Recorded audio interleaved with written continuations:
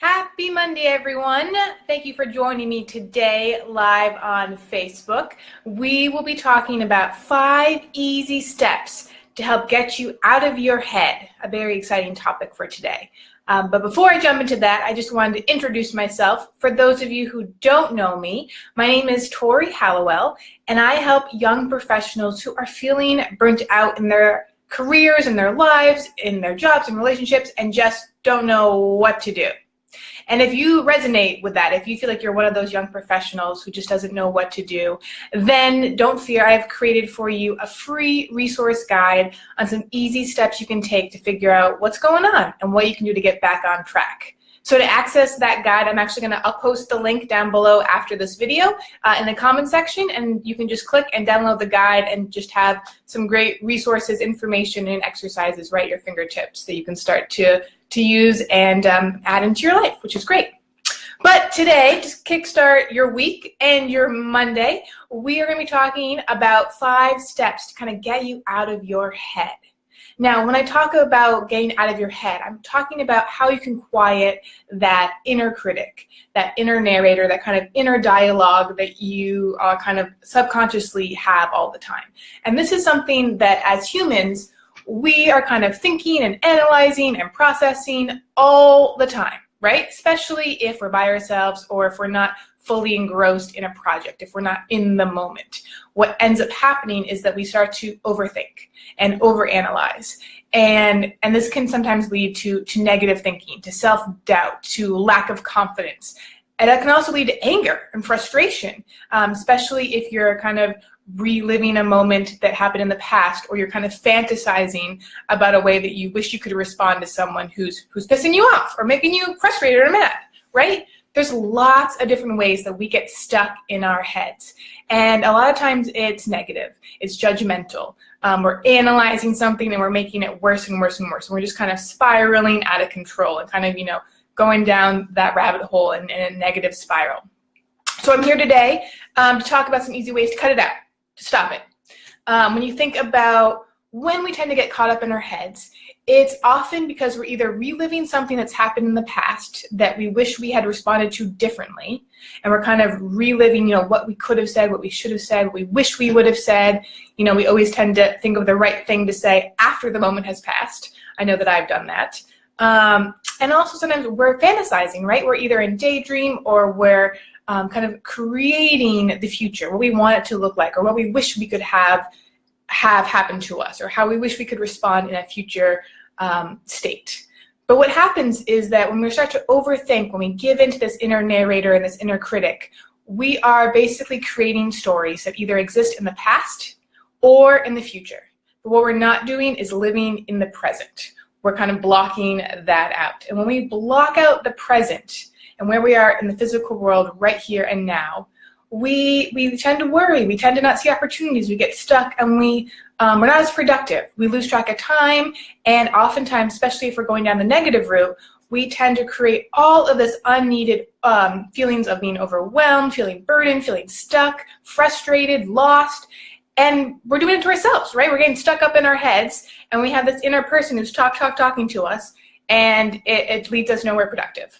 So what I really want to encourage you to do is be aware of when this comes up. And just be aware, this is something we talk a lot about in coaching, especially with my clients. It's something called interpretations. And interpretation, it's a limiting belief. It's a block, basically, that holds you back. You start to interpret and create stories. And when you start to create these stories, they're not living in reality. You're not living reality, and the stories aren't reality.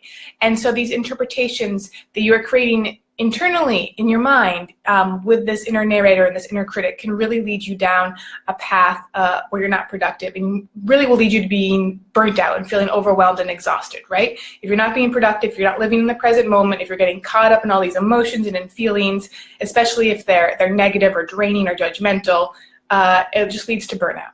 And that's what we're trying to fight. So here we go. 5 different steps that you can take to get out of your head. Now, these steps, you don't have to do them in order. You don't even have to do all of them. You could just pick and choose 1 or 2, mix and match, figure out what works best for you. Now, the first one, number one, is the biggest one, and that's just being aware. We are so unaware of how often we are caught up in our heads. It happens all the time, right? When you're driving, when you're sitting in traffic, when you're in the grocery store, when you're in your bed, when you're waking up, when you're going to sleep, when you're sitting on the couch watching TV, we get caught up in our heads all the time. And we don't even notice it. We're not even aware. It's so subconscious. And so the biggest step is just becoming aware. And once you become aware, you already break and release some of that power that your internal narrator or critic has over you, right? Just getting into the practice of taking a breath and becoming aware is the first crucial step.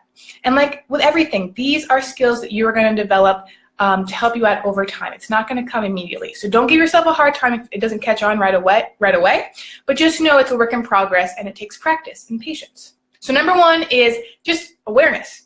Taking a breath, recognizing you're caught up in your head, it's not healthy, it's not being productive, and stopping that inner dialogue, that inner conversation. Step number two is get it out. Whatever is going around in your head, those negative thoughts, the daydreams, the fantasies, the stories and interpretations, the I feel guilty about this, or I wish I responded this way, whatever is holding you back, get it out. And by that I mean write it out. Get a piece of paper and a pen, open up an email, address it to yourself, and just write, get it out. Or if writing is not your thing, talk it out. Call a friend, call a parent, call a relative, call someone you trust who's in your circle, and just vent. Just be like, I need to talk to you. This is crazy talk. I just need to vent this out. So just get it out of you. Call your life coach. Give me a call. Here I am, ready to listen to you. Just get it out of you. And that will help. So raising awareness and getting it out of you. The third is observation. And that really means just bring yourself back into the present moment, right? When you get caught up in your head, you're either living in the past or living in the future. What about the present? Where is that, right? So just becoming more aware of where you are presently. So that means looking around, right? Where am I? Maybe like reminding yourself of what is around you in the physical world. Get up, move around, stretch, go for a walk. One of my favorite activities is actually from a friend, I'm borrowing it, is go pet your cat, pet your dog, pet any, well, don't pet any random animal, but you know what I mean. Like go outside, find someone's walking their dog, just go pet an animal. Animal therapy is huge. There's a reason why we love our cats and our dogs and our pets. And that's because they just bring us joy and happiness. And just touching and petting, cuddling an animal can really help bring you into the present moment, relieve some of that anxiety, some of that self-doubt, and some of that negativity. Also, help a friend. Give someone a call. Just kind of get yourself out of your head and really back into the present moment. Now, the fourth step, and we talk about this a lot, it's practicing gratitude. You're caught up in your head. You're going down this negative tunnel or pathway. Maybe you're fantasizing about something you wish you had, or you wish you would have responded a certain way. But take a moment. Get out of your head. Remember, be aware, and remind yourself of what you're grateful for right now. What do you have in this moment right now? It can be super simple. I am grateful that I have a clean glass of water to drink. I am grateful that after this call, I'm going to go heat up my lunch, and it'll be delicious and healthy and fresh. So just practice some simple steps of gratitude. And also, if you're really struggling with these voices and the self-doubt, the negativity, the lack of confidence, maybe you're anxious about something. Also, when you're practicing gratitude, remember to take a step back and think about all the steps you've taken in your life to get where you are right now. Even if you're not really happy in this moment in time, just take a moment and think about all the different lessons you've learned, all the places you've been, all the people that you've learned from, that you've made connections with, and just really celebrate how far you've come so far in your life.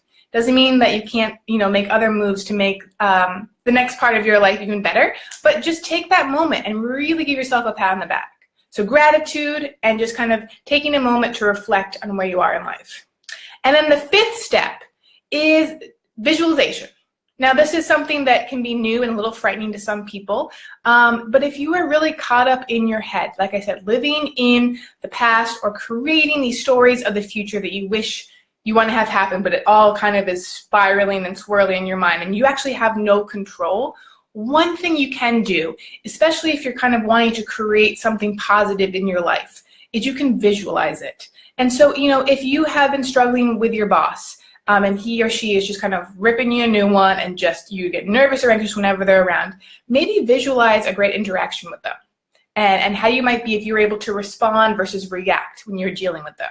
Or say, you know, you're stuck and unhappy in your job and you really want to find a new one, but you keep having these moments of lack of confidence, self-doubt. I don't know if I can find a new job. What are my skills? I'm not good at anything. Those are all fears and self-doubt. You know, you can figure out a way to get you a new job. And one way is to sit down and just visualize it. Take a few seconds, take a few deep breaths, close your eyes, and really kind of picture, not a dialogue, but really kind of imagine and picture, you know, yourself walking into a new job. What are you wearing? Who are you interacting with? How do you feel? What are some of the skills you're bringing to the table? And this visualization tool can really help kind of get you out of that negative spiral, self-doubt, you know, spiral, and into a, you know, a really high energy type of exercise and engagement with the world around you. And if you need any help with visualization, reach out, because I would love to give you some extra direction and help with that. I know it's a little foreign to some people, but it's incredibly helpful and powerful, and has to do a lot with also being kind of mindful in the moment as well. So those are 5 quick, easy steps that you can take to kind of get out of your head. So just being more aware and stopping the dialogue. Get it out of you, talk it out, write it out, share it somehow. Just become more present with what's going on in the world around you, becoming more mindful and aware. Practicing gratitude and just kind of recognizing where you've come in life and how far you've gone so far. And then trying to figure out some visualization tools and see if you can really kind of create the life that you are hoping to have through that tool. Now, the one question I'm going to leave you with, when you think about how often you get caught up in your head, and maybe you kind of relive the same conversations, or maybe you relive the same kind of fantasies, or maybe you just, you know, the same kind of triggers come up, and then you start to go down into that downward spiral, and you have those negative thoughts, the inner critic is talking. So when all this happens, now that you're starting to build your own awareness, I really want to ask you, I really want you to reflect on this. You know, is there a theme? Is there a connection? Is there some sort of button that's being pushed or trigger that's being pulled that is really setting off this inner critic, this inner narrator, and this inner dialogue? And really figuring out, okay, what is that theme? What is the connection? And what are ways then that I can figure out how to change it, how I can change my approach, maybe how I change how I respond. And so something that we could also talk about if you need some help or guidance or support, just kind of figuring out, you know, this always comes up and when I talk to this person, or whenever I go into work, I then, you know, by the end of the day, when I'm driving home, I just have all these feelings of self-doubt, or I feel unmotivated and unproductive. You know, whatever it is, don't keep it bottled up. But like, let's talk about it, get it out of you, and let's get you back on track and on the right path, you know, to living your purpose and feeling positive and feeling happy. That's the whole point of these videos, is to figure out ways for you to feel confident, fulfilled, and happy. All right, so those were the 5 easy steps to get you out of your head. I hope that you enjoyed this week's video. I will be back here next week at noon on Facebook Live with my next week's, you know, little video of tips, strategies, and success stories to help you, you know, fight burnout in your own life. If this video has resonated with you at all, give me a like, give me some loves, leave me a comment, send me a message. I would love to hear from you. And if you think that this would really resonate with a friend, a colleague, a cousin, or a family member, or anyone in your life, please share it with them, send them my information, just so that they can start to learn and get some guidance and help in their own lives. Like I mentioned at the beginning of the video, I'm going to attach a link to my free resource PDF, which is full of lots of great tips, suggestions, and exercises to help you figure out what's going on in your life and to help get you back on track. And I always like to mention that, you know, I love educating and I love mentoring others. And I also, on the side, do one-on-one coaching. And so if you are looking for additional support or guidance, if you need some additional help in figuring out what's going on in your life, don't worry, don't fear, just reach out, let me know what's going on, and we can see if we can create some sort of coaching relationship, which would be a lot of fun and really helpful and productive for you. So anyways, thank you guys so much for taking a few minutes. Have a wonderful week, and I will see you next Monday here on Facebook. Bye.